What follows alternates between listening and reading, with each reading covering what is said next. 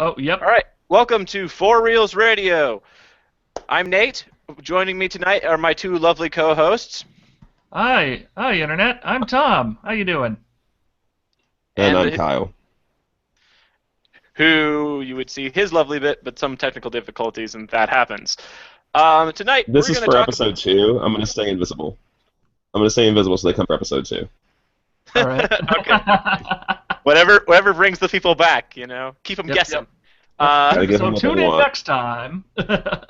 So we're gonna do tonight. We just are gonna go through two trades of comics that we both, I don't know, some of us like at least, and receive. So we're gonna start off with the first one being that of Saga Volume 1.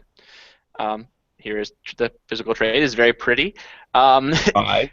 By Saga Volume 1 by Brian K. Vaughan and Fiona Staples. Tom, you want to just give everybody like a brief overview of what like the story is of Saga? Like we can get into some of the nice details of it. No but, spoilers. yeah, no sure. spoilers. But, No Oh, yeah, spoilers yeah. past Volume 1. We can Yeah. spoil Volume 1, but... Yeah, no problem. So, all right. So Saga has been running from Image Comics on a more or less monthly basis since 2012. It's essentially what if Romeo and Juliet was Star Wars and also they weren't idiots.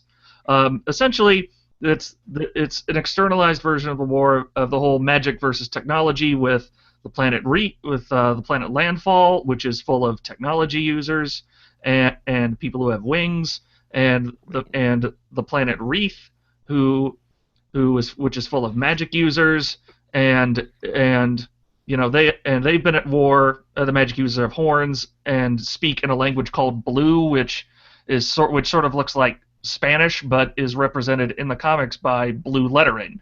So that's how that works. And these two planets have been at war since essentially forever. But because if one of them was to be knocked out of the sky, it would blow up each other. It would send the other spinning out of orbit. They've basically subcontracted the war to engulf an entire galaxy. So the war is everywhere, and it's about these two, and it's about this landfall private Alana, the fine lady breastfeeding on the cover, and Marco, who is from Wreath and is a defector, and they meet, and the story actually opens with them in a garage, and Hazel giving birth to their kid, who's the first half-breed. Alana giving birth to their kid. Alana giving birth to their kid, who they call Hazel. Participate. Yeah. Yeah. So Marco and Alana's kid, who is called Hazel, is the first half-breed. Is the first half-breed, essentially, to survive in the over the huge course of this war, and so basically both sides want them dead. So everybody comes after them. There's Prince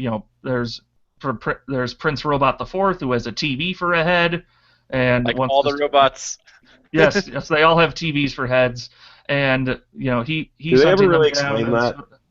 No, it's just a thing that happens. This is the robots. They all have TVs for heads. Now, again, I've only read the first volume, so does it stay that way, where it's like there's going to be a lot of things you just kind of got to take? Somewhat, yeah. Yeah. I mean, really, essentially it is what it is, and you either just go, whoa, holy cow, what is that? Or, ugh, what is going on? And in the case of the planet... There is a third option. Yeah. Ooh, pretty. Yeah, but besides that, those are kind of your three options. Yeah. So, yeah, I can jump in a little bit here, Tom. So also a nice thing, too, is that the narration, what little there is in the story, is narrated by Hazel herself. So it's talking about her life and her parents and all the different things that comes with it. That's kind of a basic rundown of the story. Like I said, there's different sides. A lot of people are chasing them. One thing that didn't occur to me until I reread this tonight is how much like sarcasm there is in the writing and things like that. So I was just like I remember I really liked the book, but I was like reading through it again. I was like, I'm laughing a lot more than I thought I was going to. Yeah, I kind of had the same reaction. It's been forever since I've read these first few issues, and yeah, there's just a lot of really funny bits. Like at one point in the story, Marco and Alana wind up meeting a ghost named Isabel, who's a native of the planet Yeskyle. Oh, no, I was going to say, when we were on the topic of like the snark and stuff, you can finish your sentence. Again, first time doing this, people give us a break. But like the amount of snark going on in this is like they really portray like their relationship really well. Of like she is unbelievably snarky. Alana is her name. Alana, yeah. And like Marco fits like that kind of like clumsy, goofy dad role, like the Homer Simpson, Peter Griffin style. But he's not over the top. He's not a complete idiot. He's the bumbling but trying dad, and like I really respect that. Oh yeah. It's really. It's what? It's a really good way to do like this is a strong female character who doesn't immediately demean the male character. They had a really good balance, and I appreciated that. Yeah. They're both capable, is the thing, which I like, because it's exactly. He's a bit more of an idealist, I think, because he like at one point she pulls out a gun after where they just gave birth to their daughter. She gets attacked, and he's like, "I can't believe you had a gun. Didn't we say that like we weren't gonna like carry guns?" And he's like, or carry weapons, and she's like, "That's what you said, not me," or something along those lines. Yeah, and even before that, so like I said, the story begins with Hazel being born, and this being a series for adults. You see actual birth stuff happen, and then Marco starts trying to bite the umbilical cord off with his teeth, and Alana's like, "What are you doing?" And he's like, I'm cutting the cord. It's like, you have a sword. You are wearing a sword. He's like, hey, no, I said I was going to be a dad. When I became a dad, I said I wasn't going to use this sword again. And it's like, wow, that is commitment right there. Yeah. To get back to that though, I like having just reread it, like, and I read it before, and then I just reread it now, and it's like I heard that line, and I'm like, oh, that is a beautiful lie he's telling. Because I just remember throughout the rest of it is a lot of magic wielding, swashbuckling kind of action. I don't know if I don't really remember if he killed anyone, but he uses the sword for sure. Oh yeah, he kills a whole platoon. Well, or if not, he kind of goes into like a blood rage kind of a thing. So those are kind of our first like three main characters: are Alana, Marco, and Hazel to a lesser degree. I again, going back to kind of like the snark and the funniness of it, I like how they're literally like Hazel is born, gets attacked. They're literally like running away from there, and then they're arguing about what to call Hazel. And at one point, like, Marco's like, "Don't worry, I just have, as long as there's you, me, and we have hope." And like, and Alana's response is, "I'm getting a divorce if that's what we're naming our kid." So, like, it's so real. Like, it is a very real thing. I love that. Yeah. So going on to a few other characters. As we mentioned, there is Prince Robot the Fourth. He is a robot man who looks vaguely gray and humanoid, but he has a TV for a head and can turn his hand into like a gun thingy, a la Mega Man. Yep.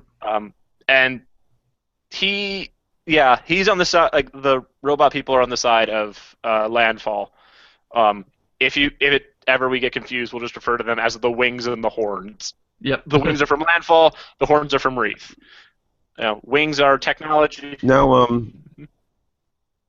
was gonna say, now, Tom, again, you pay way more attention than I do. I'm sort of, ooh, pretty pictures, ooh, snarky comments. So, like, the robots are like the mercenaries being called in to win the war for Landfall. Is that sort of what's going on?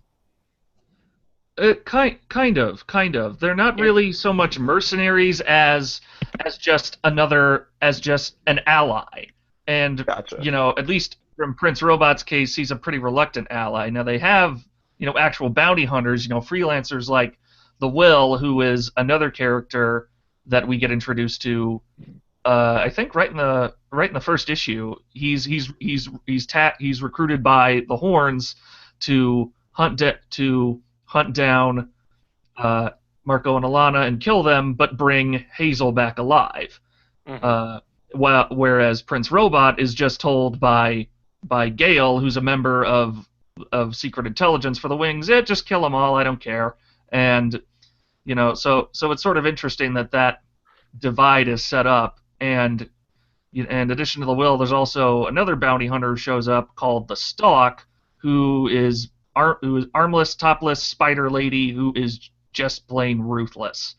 Armless might be a bit of a wrong thing. She has like 100, arms on torso. She has a bunch of legs she uses as arms. I would say legs or appendages, but no, armless is appropriate.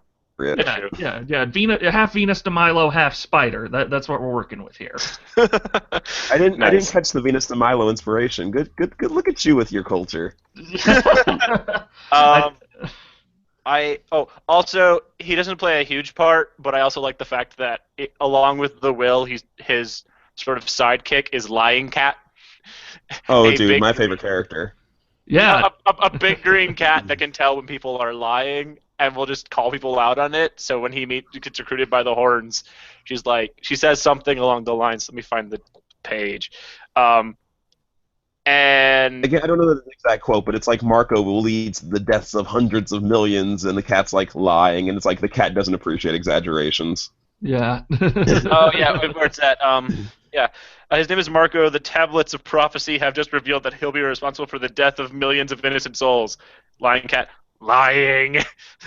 I'm sorry, did your animal just call me a liar? She's not an animal, she's a lying cat. Her kind isn't big on ornamentation, so I'd keep it plain. That was it, ornamentation, yeah. So, I like Lying Cat, because even though Lying Cat will only ever say, lying, it's a nice little, vehicle or way of telling the story.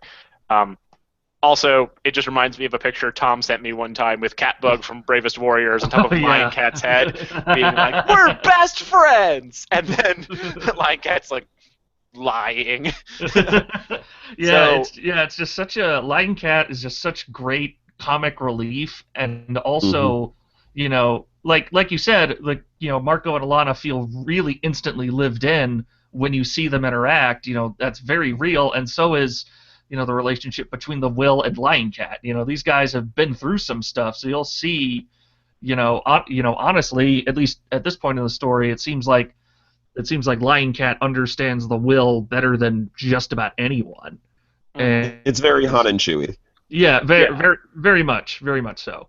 Also, with the thing of people who have been through some stuff, we see that when we meet Prince Robot, because the first time we meet Prince Robot, he is trying to have a child with his wife, and he can't do it. And I like how, because the robot people have TV screens, they'll show just random images, which is an interesting way of showing happiness or stress or whatever without actually having him have an inner monologue or say, "I'm stressed." You just get this picture of a bloodied horn on grass at one point when he's trying to make a baby or whatever kind of a thing.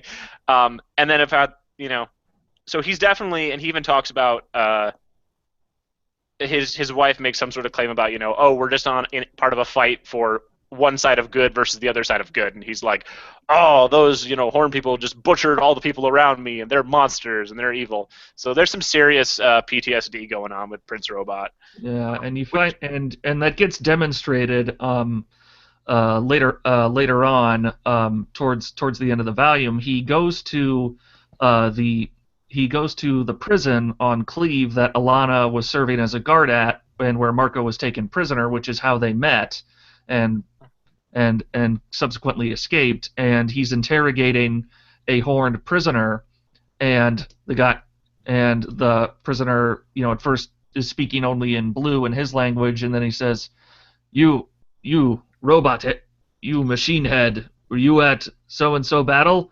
And he's like, "Yes, I fought at the threshold, yes, along with countless of other brave soldiers." "Why?" "Nothing. I just like remembering how many we bury that day." And then Prince Robot just stops, stares at him, and then his face screen turns static, and then he throws the table at the wall and starts beating the crap out of the guy. It's it's so, it's just an immediate switch to, oh shit, this just got real, and and it's and it's like one of the 100s of examples you could point out of how great the art is. Fiona Staples is just incredible. That's one thing I think that Brian K. Vaughan writes a really good story here. It's fantastic, but I think Fiona Staples just does an amazing job bringing it to life. And even in some of the really, really weird things, the Stalk, our Venus de Milo spider bounty hunter lady. When you first see her, it's like, what is this? And then later on, the will goes to a pleasure planet, sex planet called Sextillion, and it's literally the first page of that issue of that chapter, issue 4 is just two very large heads and faces just on a bunch of legs, and they're like, "Welcome to Sextillion," and it's like, what the hell is going on here? It feels consistent, which is unbelievable. Yeah. It's really well done.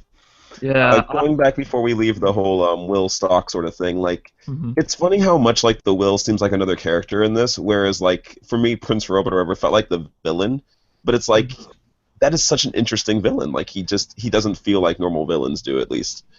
Yeah. Are you talking about the Will or Prince Robot? Prince Robot. Prince Robot. Because the Stalk is sort of your femme fatale sort of character, and then the Will is this bounty hunter who's sort of in the gray area. But it's the Prince. It's man, I don't know how to feel about this guy, and I just wondering how you guys felt about him. I don't know. Having sort of the later knowledge, he gets really interesting, and it's okay. Well, and it's and even in that, he is Prince Robot the Fourth. At the beginning you see another robot who's Baron something or other. Yep. But this is the Prince in line for the succession. So it's that's an entire another weight on it too.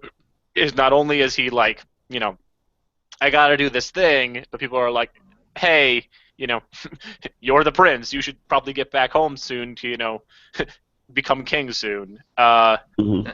Yeah, but then he's immediately called back. When he's called in to report to meet with Secret Agent Gale, he's like, I've just returned from a 2-year tour of hell, so whatever you have to say, make it quick. And then Gale tells him, well, your father wants you to hunt these guys down and kill them and their kid. And he's like, but I told my father I wanted to start a family this year. And Gale's like, oh, I don't know, that's not my problem. Fuck the fuck off. And so definitely, I got the sense, all later knowledge aside, going through this specific 6 issues, Prince Robot definitely comes across as a guy who is doing a job, and just that. He does not care about anything else. He's going to get his job done, but he's not personally invested in the war anymore. Mm-hmm. He just wants to get through this and go home. Which makes for, like you said, Kyle, a very compelling villain. Not mustache swirly and not full blown anti-hero yet either. It's just here's this character. What do you make of him and what he's doing? And that's I think that maybe sort of speaks to what to why this is called Saga, which because that's what this is. It's just this big sprawling universe, and you get a sense of that. Oh yeah. Before the first issue's over. Well, and I was just gonna say, I one time asked a comic book store owner or whatever to look up if he had an issue or a trade of Saga, and his immediate response was, "Oh, that book that's incredibly hard to Google for, in my directory of comics." He's like, "Because it's just called Saga." But I was to go one other two things I want to maybe touch on. One other character I really like. I think she's just a ton of fun. Reading this again, I really loved Isabel. The ghost babysitter, as you will. Yes. I thought she was fantastic, and I like also how, like, if you look at how she's introduced, when they're first introduced, like, there's such this build up, because at the end of the first issue, there's a great line that I love where it's Hazel narrating is like, she's like, but thanks to these two, at least I get to grow old. Not everybody does. And there's this scene of Marco and Elena kissing, and then there's these red eyes in this dark background. And then when the stalk shows up, and they're building and building. When the stalk shows up, there's the red eyes again, and it's so meant to evoke this fear. And then you just see what looks like these ghostly, beaten up kids who are just like, hey, it looks like you could use a hand. I like how Isabel just so. Again, got the snark kind of a thing. Like, I love the line. She's like, after us locals die, we get to live as spiritual defenders on Cleve. But clearly, that's a suck-ass evolutionary plan, since the two of your armies have no problem wiping out our people from the map. It's like, I just love the whole thing of it's a suck-ass evolutionary plan. Yeah. But yeah, so it's like she's a character that definitely stuck out to me. I suppose, yeah, I mean, there's like a few other minor ones that show up, like Prince Robot's wife, who I don't remember her name. Slave Girl is a child sex slave that the will liberates from sextillion. Yes. By crushing her pimp's head. Yeah, clap of doom, right there. Just that's like the total. I didn't know. I knew I liked this guy, but it's like, yeah, this is gonna be our gray character. And like, this is the guy who's gonna get his own spin-off book, because this guy, like, he caught my interest immediately. Like, after that one, it's like, okay, yeah, this is the Han. This is the solo guy. Mm-hmm. Back to Isabella though, and then, like, again, like I'm talking about the will. It's like it's a compliment to the book that they're able to put so many characters of different types into this one story and make it all fit. Because, like, looking at other things like, Game of Thrones and Walking Dead, stuff like that, it's like, we're all war-torn survivors, or we're all struggling aristocrats. It's like, no, here's a teenage girl, a samurai, and a mom who's a security guard at, like, a local. Like, she's reading love novels and is a security guard. Yeah. Like, that is so, like, real compared to something that's so fantastical. It's like, that's why this book, like, is so attractive to me, is just the wide variety of characters. Mm-hmm. Yeah, and what definitely makes it interesting, I think, to speak to that point is, everyone is defined by who they are outside of the war.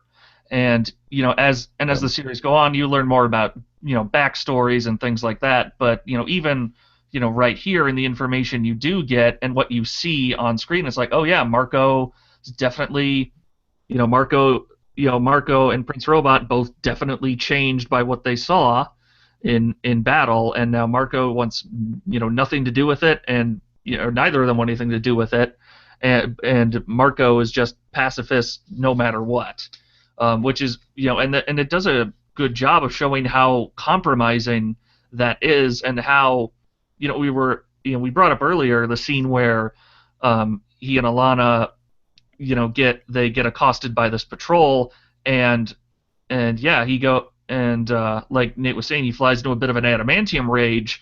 But it's also, but it's not out of his action. But it's not, something he wants to do. He's like, yeah, this is our last resort. We fight, and then, once, the battle starts getting underway, it's almost like you see his muscle memory take over, and it's his PTSD, trauma kicking in, and he starts yelling about how we need to survive, and he's so unhinged, which is what makes him really effective, but you also know that's really dangerous. And that is just a part of what makes him, feel real, as does, Alana, she knows how dangerous the situation they're in is, but, she doesn't put up with anyone's shit. And it was kind of funny this time around, I don't know why, but I kept hearing Alana as Aisha Tyler in my head. Yeah, you guys know. Honest, we all did. Yeah, just that perfect Lana Kane sense of, like, I will kick your ass and I won't put up with your shit, and just I have so dry. many one-liners. Yeah, just so much fun. Yeah. One thing I thought of as I was reading it again, that I thought were interesting, maybe one or two things, and maybe we'll move on to Birthright. I like how there's a lot of different choices in design. Like you definitely have like the technology versus magic, but I like how in like the magic system sort of that they've made, it's a little bit of the whole Fullmetal Alchemist equivalent exchange thing, or something has to be lost. So like what gets them free from like when they get trapped in some like vines in this forest. Like Marco's like, Alana, you have to tell me tell me something you've never told anyone else. And she's like, I'm actually shorter than I say I am. And he's like, no, really, something you wouldn't tell anyone else. And then she tells something embarrassing, and then that's how they get out. Or, I also like the design choice of the fact that they go to the forest of rocket ships, and they're What was that? The rocket ship forest. The rocket ship forest. It's like, what was that? Like, just like any other story, it'd be like, what the hell? But in this one, it's like, yeah, that fits this world. It fits right in. Keep going. I'm sorry. Well, yeah, we'll that thing you mentioned about. We'll bring that in a bit. Well, and the thing, like, I like that design choice, and even how like Alana's like, "Are you kidding me? We're gonna go up to space in something made of wood," and then Marco's like, "Come on, some of our best, things we've, created on Wreath are made of wood, because then you can't track them with, sensors," and how it's different. I also like the fact that in order to get in, you have to give up something important. So he gives up his sword and like breaks that, but then that leads to later consequences when somebody is coming onto the ship, and they're like, "How can that be?"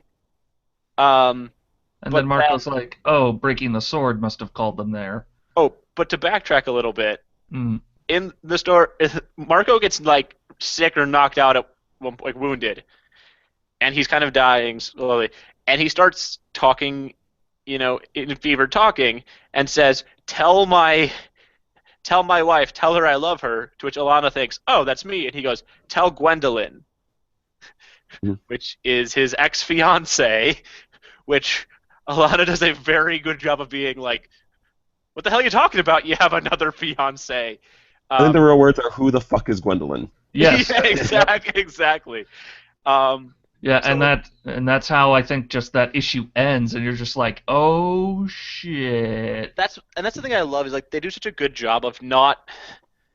Well, I believe me and Tom have gotten into the habit of just saying "damn it, Vaughn" after a number of issues of Saga, because we'll read them and there'll be a cliffhanger, and we're like, "Come on!" Yeah. But it's so they're right at the right spot. Well, and then at the end when they think, oh, someone's coming out of the ship. Oh, Marco broke the sword, so it's got to be Gwendolyn. Surprise! It actually turns out to be Marco's parents. And that's how the first volume ends. And that's when I met my grandparents, or that's how my grandparents came to live with us, which is just such a great, I think, way to end out like a first arc.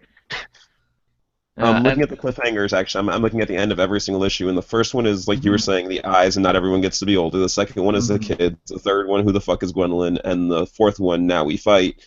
And like I don't remember what the fifth one is, but the last one of, that's when my grandparents came to live with us. It's like, they're not douchey cliffhangers. Oh yeah.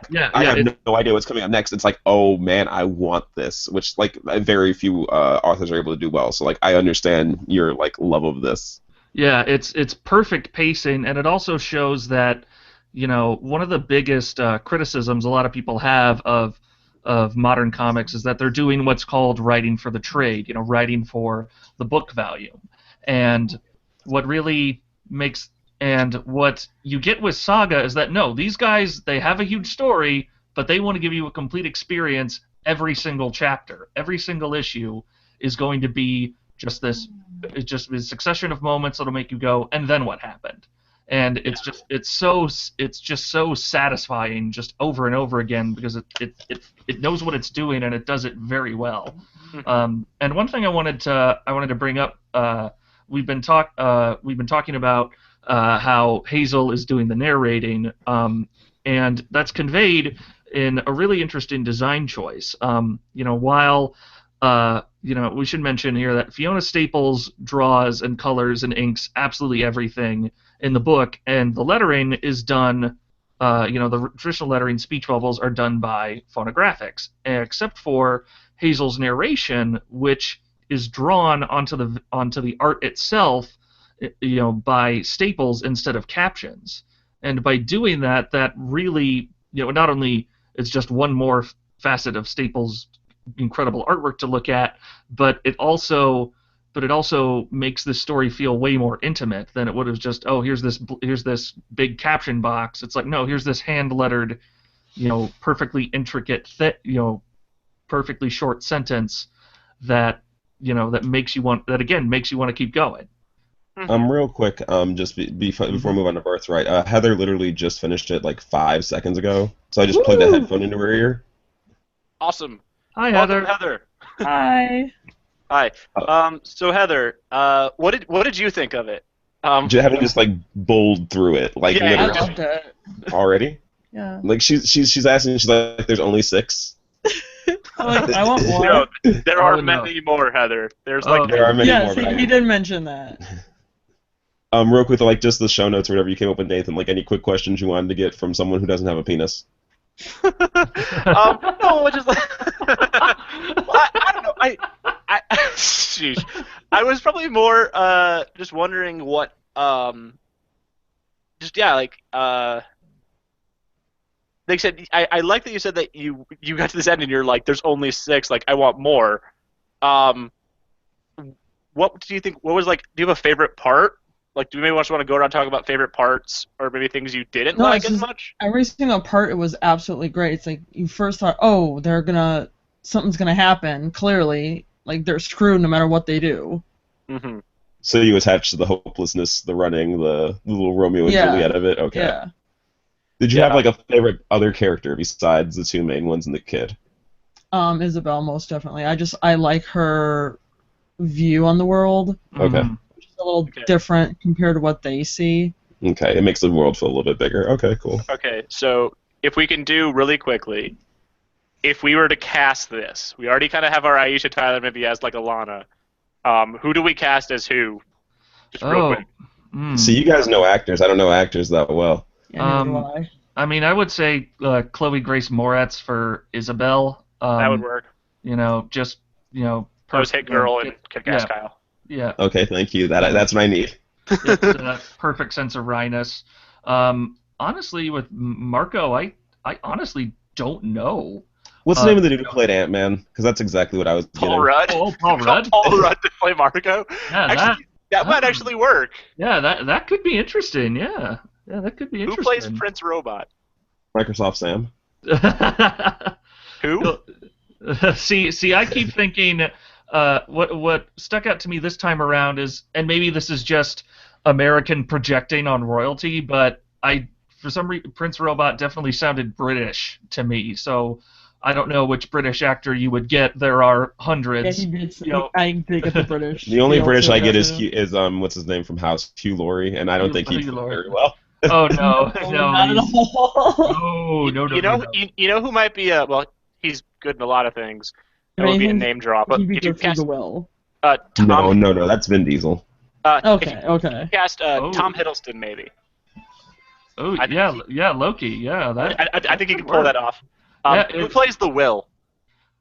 Kyle said Vin Diesel, and I'm thinking Vin Diesel. Yeah, that would work. I like that idea. Yeah. All right, so we're gonna kind of shift over. So yeah, that's kind of a little bit of things. So now we're gonna talk about a different trade. One that. Thanks for your time, Heather. Oh yeah, if you want to stay, Heather, you are more than welcome. You're welcome. But thank you. We're now switching over to a trade. I think that I'd been reading this series for a while. I don't think either of you had until we talked about it this week. No. Never heard of it until you sold me about it. Okay.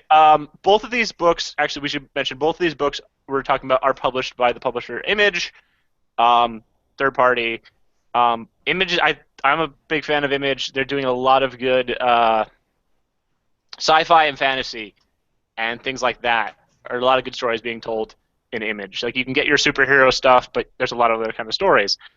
This being one of them. This is the comic Birthright by Joshua Williamson. He's also done such other comics as Ghosted, which is a Ocean's 11, but if they were trying to steal ghosts.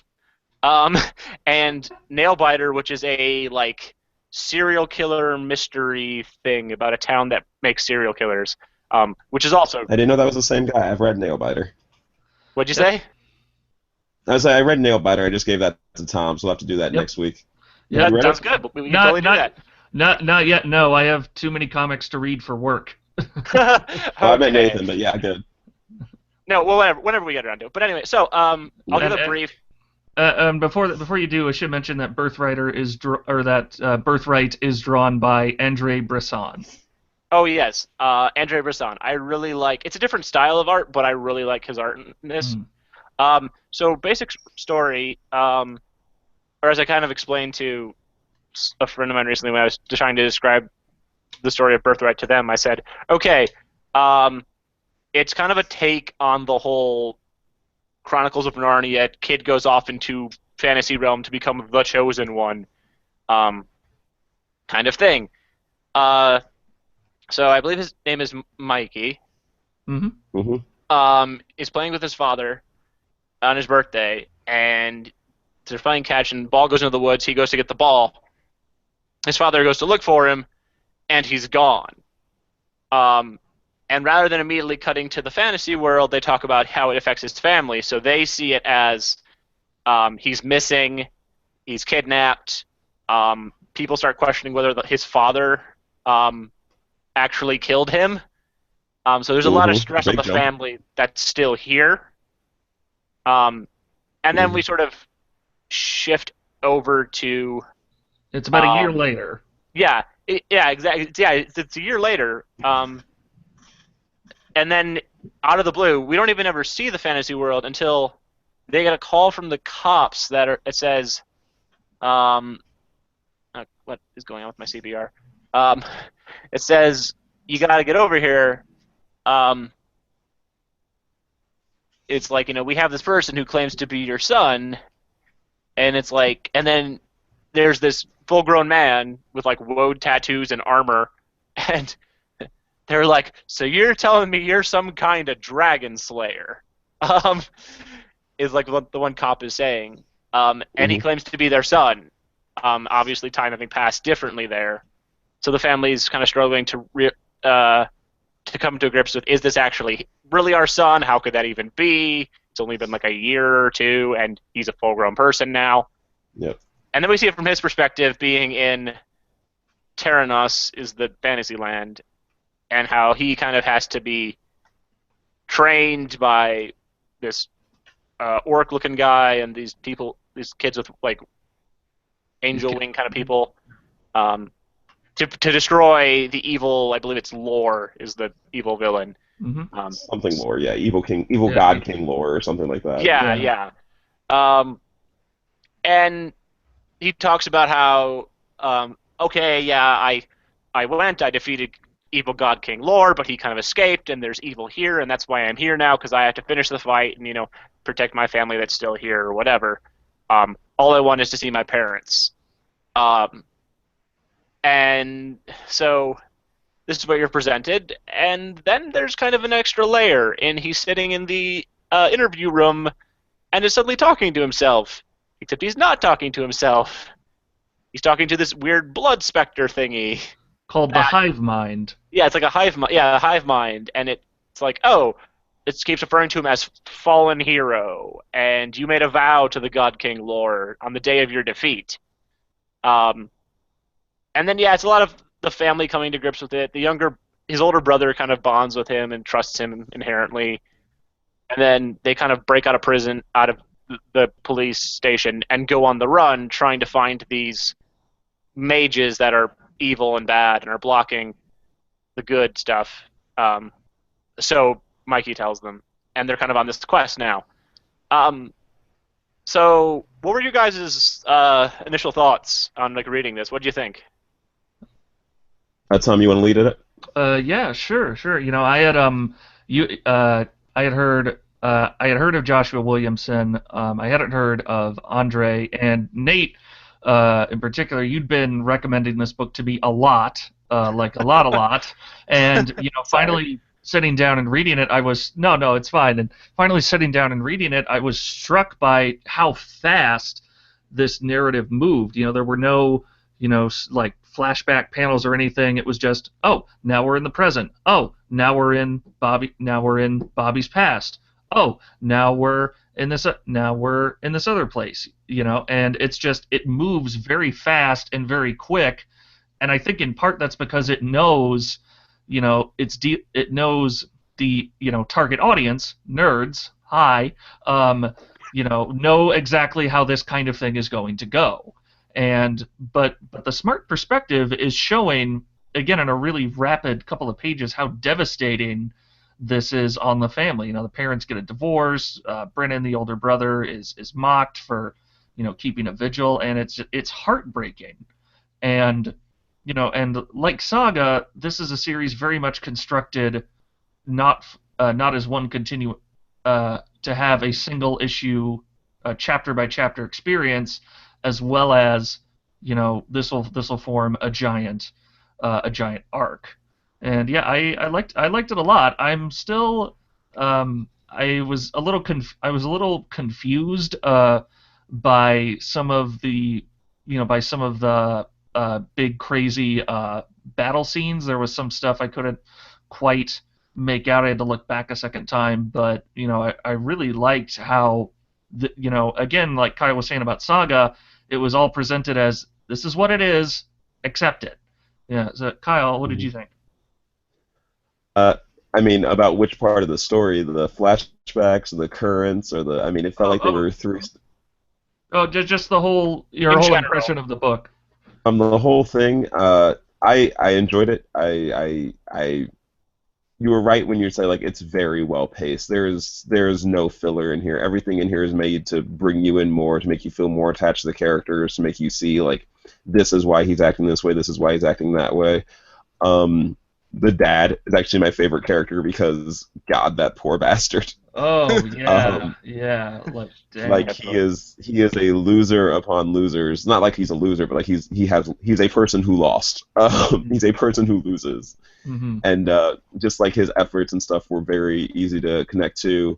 I think they said that the redhead is the older brother in this one, right? Yeah. Yes. And him, you know, with his younger brother and like, you know, connecting to him very quickly was like, okay, that's, you know, it's all very believable. It's all really interesting, and it's funny to see like some of the stuff that's so believable with the stuff that isn't believable. Again, like you were saying, the pace is fantastic. I enjoyed it. I'm looking forward to more of it. Not gonna lie though, we're gonna spoil the entire first volume, so if you're not ready for that, you know, tune out now. But the twist, do we want to get into that, Nate, or should we hold on for a second? Which twist? The whole fallen hero thing? The whole, I look in the mirror and I see a demonic version of myself powered by the God King lore. I already kind of spoiled that, so sorry for not putting in a spoiler thing. We already kind of said we were spoiling these volumes, but... Absolutely. No, that part was very, like, that's the mystery that they didn't solve, and that's the one that I'm actually most interested, having only read the first volume, of like, okay, so what is real, what is bullshit? And then the very end of the volume was like, okay, that you got me hooked. That was probably the best cliffhanger they could have thrown, was the end of the book. Just that great moment of... I think we need to explain that a little bit more for any listeners who might not be as familiar. So, Nate, you seem to be the one most attached to this story, so please. Oh, yeah, sorry. I've been reading this for a while. Like I said, I really like Williamson's other stuff. I think one thing that I loved, like, the twist, like I said, with the whole fallen hero bit, I like, because I saw a lot of this as, like, kind of a subversion of the Chosen One, like I said, Chronicles of Narnia, kind of like frame story kind of a thing, of, you know, Kid as the Chosen One. So it's like, not only do you mainly focus on, for the first couple pages and panels, you don't even see the fantasy world until like adult Mikey shows up in like in the panels. So you don't even see what he went through. As far as you know, it died. So and I like to see that because it shows the aspect of how that weighs in the family. Like in most things, for instance, like the Chronicles of Narnia, the kids go into the wardrobe, they come out of the wardrobe, no time has passed in our world. Mm-hmm. This is like the opposite, where all the time goes by over there. Very like it's not that no time passes, but there's still like it's been a year. Like more time has passed there, but there's still like pain and sorrow. Like a 20-to-1 ratio. Yeah, exactly. So I like that. I also like the fact that it was one of those things where it's like the hero goes to fight the big bad, and the hero in some way falters and fails. They still haven't quite. I read in like the latest issue, I think it was earlier this week, which prompted me to be like, guys, for real, read this book. But they still haven't fully gotten to it, which is still like a nice teasing thing. But I like that because it's not just the way it could have always been of just, oh, I was the hero and the evil is chasing me. It's like, no, this is the story he tells his family, but he knows like it's a lie. Yeah, yeah. I still think he's happy to see his family, but it's still a lie. Yeah. That's the thing I kept wondering. The expected route that this is, as the series goes on, his bonding back with his dad and with his older brother, Brett, continue to bond, and Bobby sort of regains his humanity and regains some sense of normalcy, that maybe he starts to break free of the God King's control, but also go the other way. I mean, what if he doesn't? What if this guy is a bad guy through and through? You just don't know. And to go back to what Kyle was saying about the twist at the end, one of the things you see in the fantasy world is Mikey bonding. I should say the part of the fantasy world where as he Mikey is still, narrates. like 12 years old. As he narrates, and you also see him at about, I think he's like 12 maybe when he gets first abducted, maybe a little younger. And I think he might be like 8. Like he's Yeah, pretty young. Yeah. I think you're right. I don't recall if it's ever stated outright, but No, I'm looking at the birthday screen now. They don't really say, but yeah. Okay, yeah, and Young. so, so besides the orc-looking dude who's, this is your destiny, hero, you must blah blah blah. There's also as we were saying, these kids with angel wings, and one of them, Raya, I think her name is. You learn at the very end of this volume, as she comes through a portal to Earth as an adult, she's Bobby's baby mama. It literally ends with the phrase, "Now let's find your dad," and it's like, which I thought was a little bit of a spoiler. Is she showing up to like the modern day Earth in that scene? Yeah. I think so. Yes. No, she is. That's what it looked like. Okay, cool. Yeah. Yeah, no, she's like coming out of the forest, but that is definitely like present day kind of things. Awesome. Okay. Yeah, that's why I figured, and that was like, okay, now what are we going to do with two of these barbaric psychopaths, but not really, like these two very fish out of water showing up. It's like, two Tyrannosauruses in the Mall of America. Yeah. Oh, that sounds like a really bad comic. Tyrannosaurus in the Mall of America. Coming soon to Sci-Fi. I haven't watched it in 3D IMAX, okay? Yeah, no, that's definitely something there. I also liked, I'm a fan of the art. Art style, it's different, but I like it. And I like the change you see when they meet the first like mage, the old man, who looks just like an old man on his like log cabin porch with a stick in his hand, like a walking stick, and then he literally transforms and he looks so different. And I don't know, he's got like earth or like plant magic or something he does, but I liked there's like a beautiful page that's just mostly him, and then it's just him saying like, "I know why you have come for me. Your journey ends here in death." And I was like, that just sounds epic. but looks cool. Yeah, the thing about It really does turn into like an old school Conan like comic book in like some parts like that, and like the juxtaposition can be kind of like rough because it's like, okay, here's a guy in a trucker hat fighting somebody straight out of He-Man, but like once it starts rolling, it is delicious, juicy 80s comic book style fantasy, and then the older brother in his sweatshirt comes up and is like, I got your sword, and it doesn't lose the fire. It keeps it going, and I really did. You're right. That is, as a D&D player, as like an old school Conan the Barbarian fan, it is fantastic. Yeah, and definitely to add more praise to Brisson's artwork, what I noticed a lot is that it's very unafraid of being very gory, which the best Conan comics, the most measured adult fantasy, it's unafraid to be gory, but it also shows that it's not played for awesome kill shots, just oh yeah, shit's horrifying, people are dying, and there's a sense of fatalism in here that sort of reminded me a little bit of Game of Thrones. At one point in a fight with this crazy giant red monster called the Razor Beast in the fantasy world, Raya, the angel girl, gets slashed almost in half, and Mikey's like flipping out, like, oh my gosh, what's young Mikey? What's wrong, you okay? Young Mikey, yeah, young Mikey is just flipping out, and Raya just goes, oh, I wasn't gonna live long anyway. I just didn't want to die protecting a weak ass human.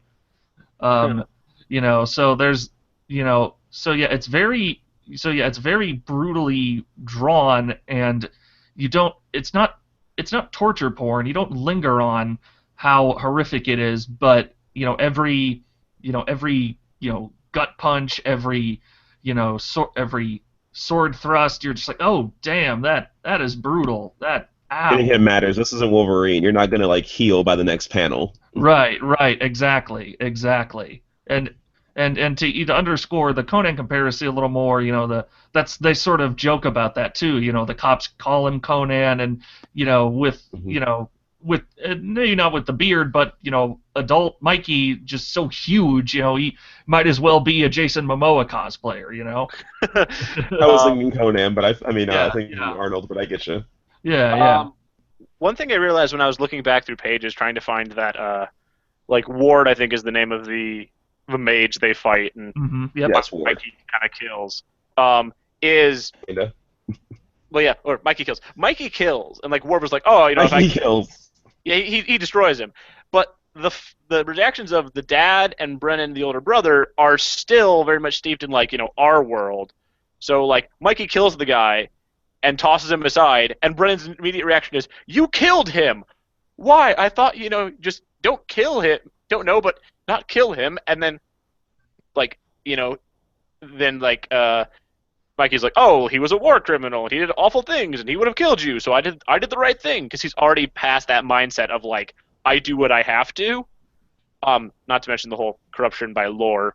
But I like how then there's, even Mikey, Brennan's leaning over, Ward's body and is like, he's still breathing, we can bring him, call 911. And then Ward says, it's too late, but listen, your brother's not what he seems, look, and does some magical mumbo-jumbo.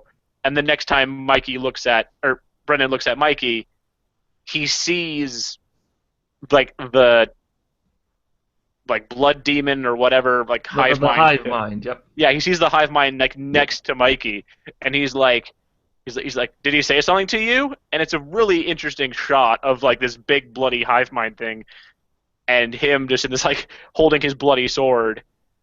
And Brennan's not ready yet to deal with that. But I thought that was an interesting thing, which they pick up later. But it's just because now there's.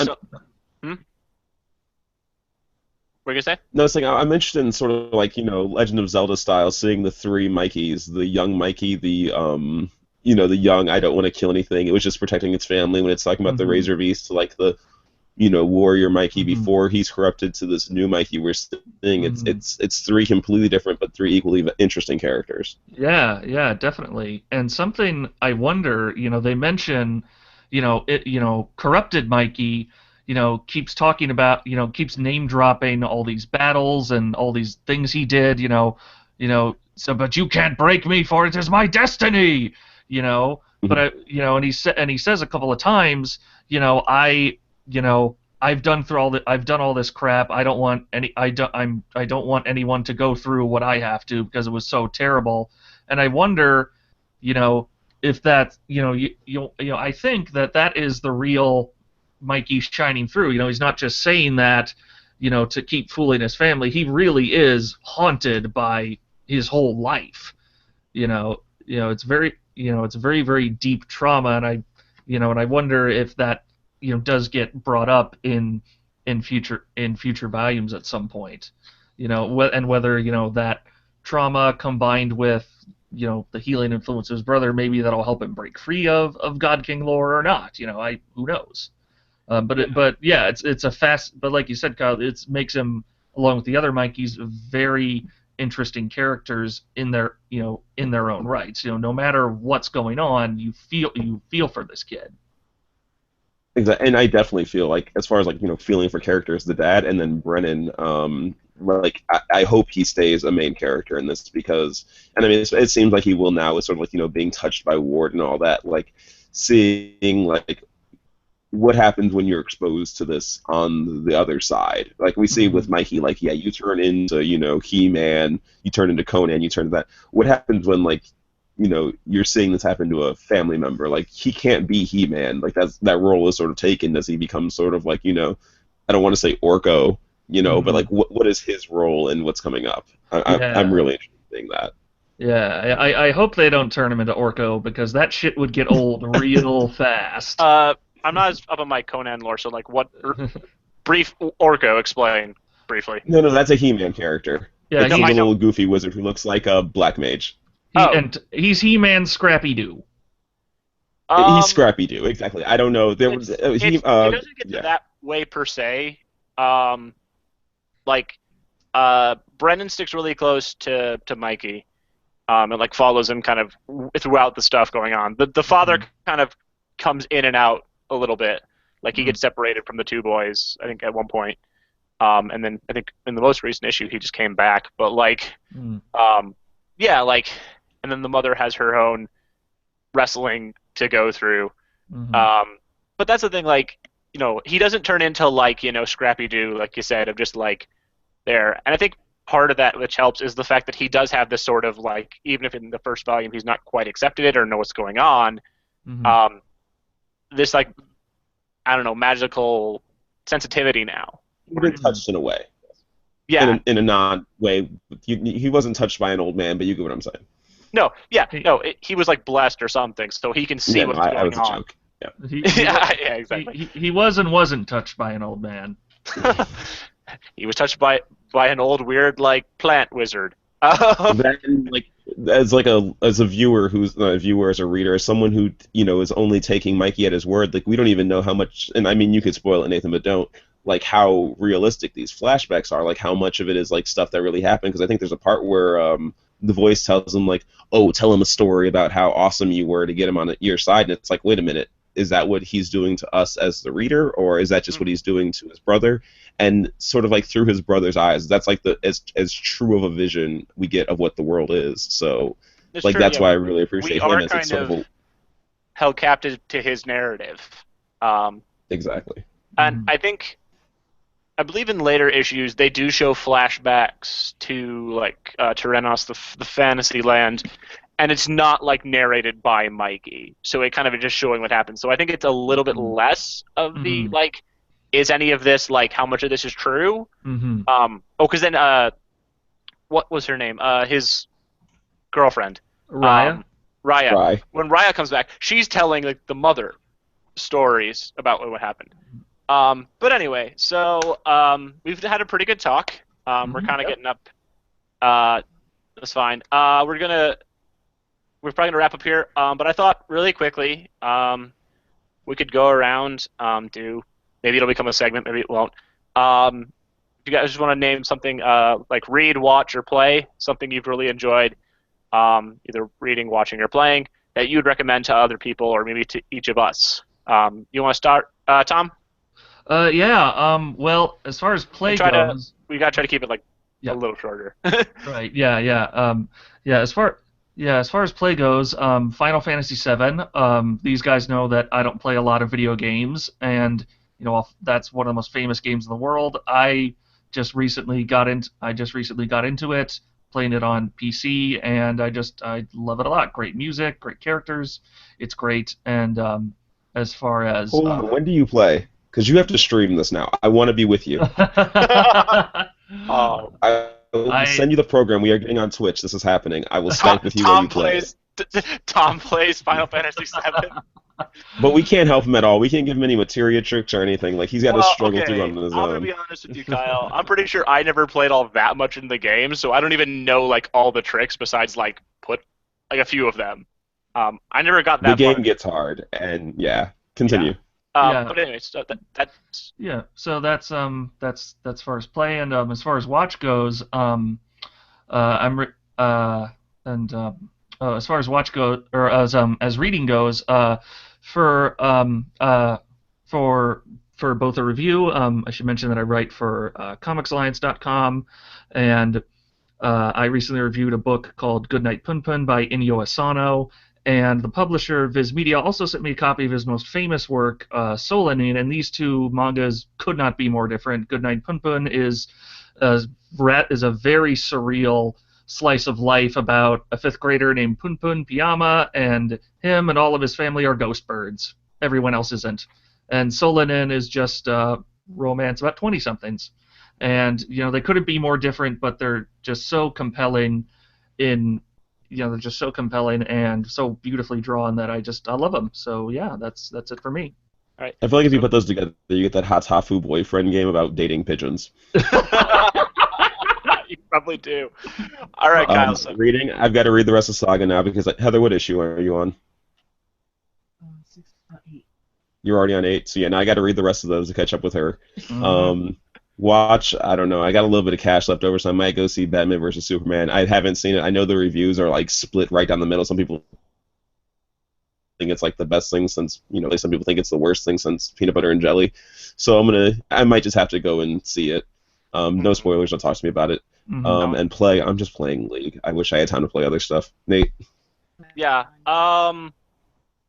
For watching, I've mainly just been like binging a lot of anime lately. So me and Tom were actually having a discussion earlier today about like all the weird anime I've been watching. Like the anime Erased, which is a really good anime that wrapped up about like time travel and mystery, which is cool. I like my stereotypical, shonen, fight anime occasionally too. And one new one started, which is really kind of interesting and weird, called like Lost Village, about people who are like trying to like start a new life somewhere, but they're all like it has a very eerie, dark feel to it in a village that may not exist. So that's been like watching that. I've been playing a lot of RPGs lately, Final Fantasy as well, because they're Tom's 7, because Tom's playing it, so I wanted to play through it too. Where are you guys at? I am just at the tower. I'm at... Oh, the Shinra Tower? Yeah. Okay. I'm at I'm in the middle of the flashbacks of when Sephiroth comes to Nibelheim. Okay, cool. And then I need to get like a chocobo. I realized I had like no gil, so I had to go grind for it. So that's what I've been playing, and then for reading, I haven't really been reading much, but those sort of watching and playing. So for those of you who watched for the entirety of this, thank you. We hope you enjoyed it. We hope maybe this gets you to read some of these comics and support these writers and artists. So anyway, for Reelz Radio, I'm Nate. I'm Tom.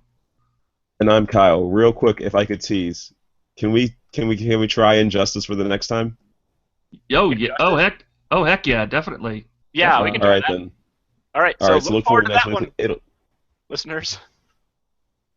All right, then. So that's For Reelz Radio. Right. Ending the broadcast. Goodbye.